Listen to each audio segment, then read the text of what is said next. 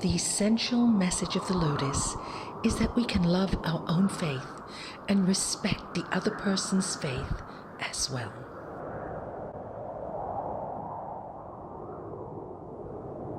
We're aware more than ever now that we are a global village.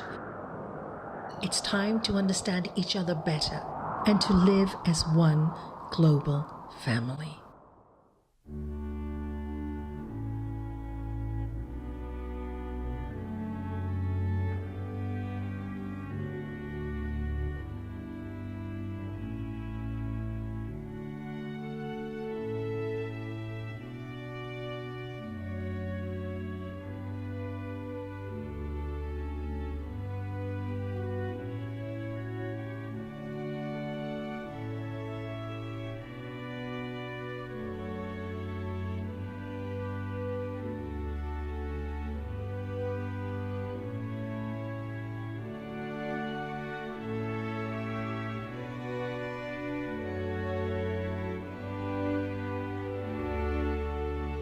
The Light of Truth Universal Shrine was the inspiration of Sri Swami Satchidananda, known affectionately as Gurudev, who oversaw every step of its construction. He designed all the aspects of the shrine, troubleshot any issues that arose, and worked closely with the project manager, the construction supervisor, and all the construction team. Nestled in the beautiful, peaceful countryside of Virginia in the United States, it was dedicated in 1986, and since then its doors have been opened to people of all faiths.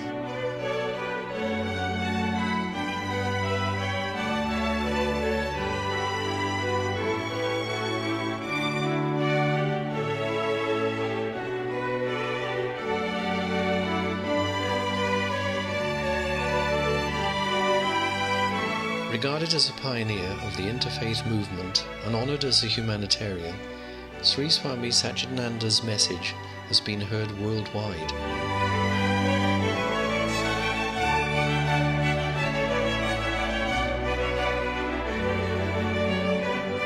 His message was one of inclusivity and of fostering world peace through respect for all faiths. He was inspired to create the Light of Truth Universal Shrine as a permanent place where all people could come to realize their essential oneness while recognizing the beauty of their diversity. The Lotus is open to everyone, with each major faith represented by an altar.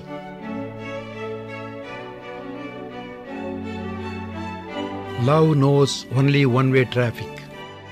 Love, love, love. Love for the sake of love, because loving makes you happy. That happiness cannot be taken away by anybody. Pouring love on hate is like pouring water on fire. The heart has a tendency to melt. Just allow it to melt.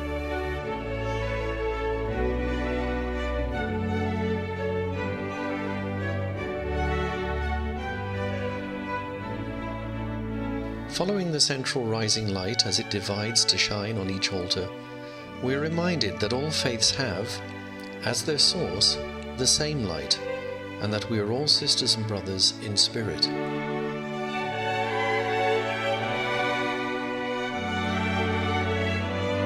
Built in the shape of a lotus blossom, the ancient symbol of the spiritual unfolding of the soul, the shrine is a sanctuary for silent meditation, contemplation and prayer.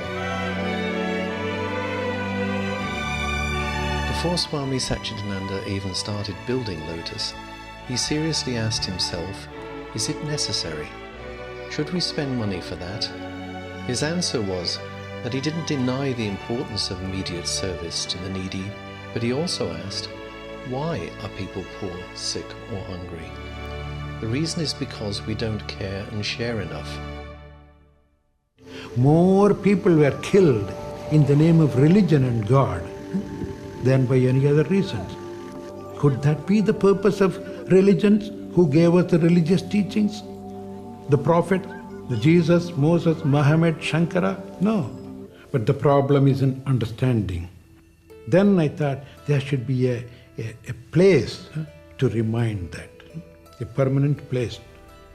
It is that idea that made me think of Lotus.